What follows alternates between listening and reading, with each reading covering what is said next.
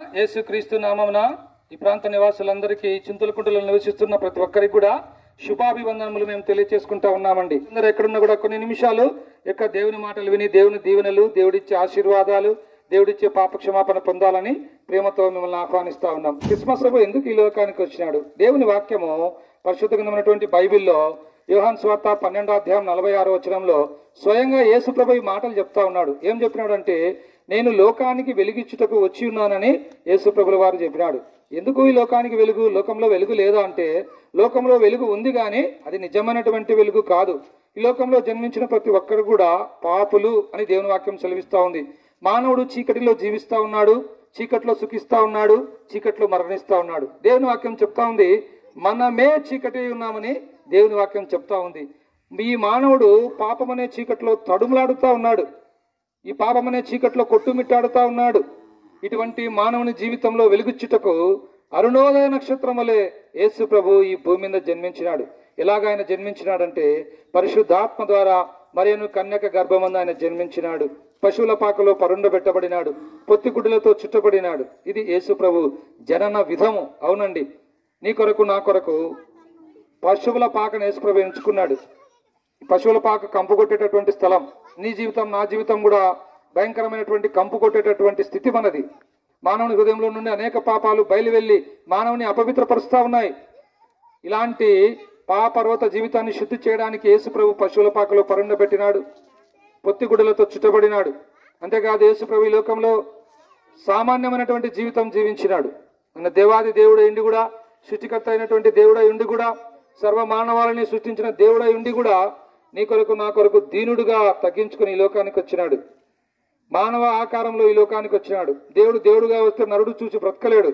అందుకొరకే పాప శరీరాకారంలో ఈ లోకానికి దిగి వచ్చినాడు. ఈ లోకంలో పవిత్రంగా జీవించినాడు. ఈ లోకంలో ఎన్నో గొప్ప అద్భుతాలు చేసినాడు. పాపైన మానవుని కొరకు యేసు ప్రభు శిలువకు అప్పగించబడినాడు. ఆయన 2 చేతులలో మేకులు, 2 కాళ్ళలో శీలలు, ఆయన రక్తం నది వలె ప్రవహించబడిందంట.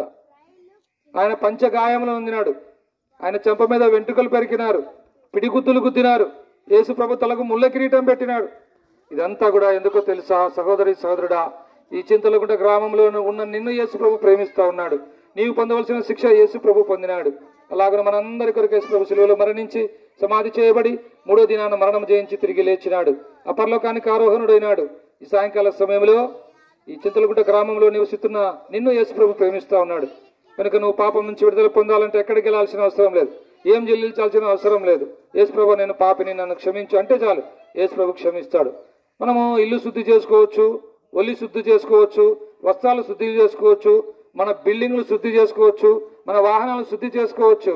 అయితే మన హృదయం శుద్ధి కాబడకుండా ఈ లోకం విడిస్తే నిత్య నరకం, అగ్నిగుండం, పాతాళం ఉంది. ఎవరు తప్పించుకోలేరు, ఎవరు విడిపించలేరు. నీ మరణ దినమున నువ్వేం చేయలేవు. కనుక నీలో జీవం ఉండగా నీ మాటలు వింటున్న సోదరి సోదరుడా, ఈ క్రిస్మస్ నీ జీవితంలో యేసు ప్రభు ఉదయించాలని ఇష్టపడతా ఉన్నాడు. నీ జీవితంలో జన్మించాలని యేసు ప్రభు ఇష్టపడతా ఉన్నాడు. నీకు ఇష్టమైతే యేసు ప్రభు నీ హృదయంలోకి ఆహ్వానించు. నీ జీవితంలో గొప్ప శాంతి సమాధానం చూడగలవు. దేవుని వాక్యంలో ఒక మాట ఉంది, చెప్పనాశక్యము మహిమాయుక్తము నైన సంతోషం అనే మాట. అంటే చెప్పడానికి అలవిగానటువంటి సంతోషం నీ జీవితంలో నువ్వు పొందగలవు. అలాగ నువ్వు ఉండాలని దేవుని చిత్తం. కనుక ఈ మాటలు వింటున్న సోదరి సోదరుడా, ఇప్పుడే యేసు ప్రభుని సొంత రక్షకులను అంగీకరించి పాపం నుంచి విడుదల పొందాలని ప్రేమతో మేము మిమ్మల్ని బ్రతిమాలుకుంటున్నాం. ప్రభునేసందు విశ్వాసం ఉంచండి, అప్పుడు మీరును మీ ఇంటి వారిని గొప్ప ఆత్మరక్షణ, పాప క్షమాపణ, పరలోక రాజ్యం మీరు పొందగలరు. మీ కొరకు వందనాలు, మీ యొక్క వర్తమానం అందించినందులకే వందనాలు. మానవుని కొరకు ఈ లోకానికి నాయన మీరు దిగి వచ్చినారు, పశువుల పాకలు పరుండబెట్టబడినారు, పొత్తిగుడ్డలతో చుట్టబడినారు, మహిమోత్సవాలు వదిలిపెట్టినారు, మహిమను వదిలినారు. ప్రభా, మానవాకారంలో ఈ లోకానికి వచ్చి సిలువలో మీరు మరణించి తిరిగి లేచినారయ్యా. ప్రభా, ఈ సత్యముకున్న చింతలకుంటల గ్రామంలో ప్రతి ఒక్కరు విన్నారయ్యా. అయ్యా, విన్నవారు మీ కార్యం చేయండి నాయన. ఈ ప్రజలను మీ కృపలో జ్ఞాపకం చేసుకునండి, వారి పిల్లలను దీవించండి, వారి పాటి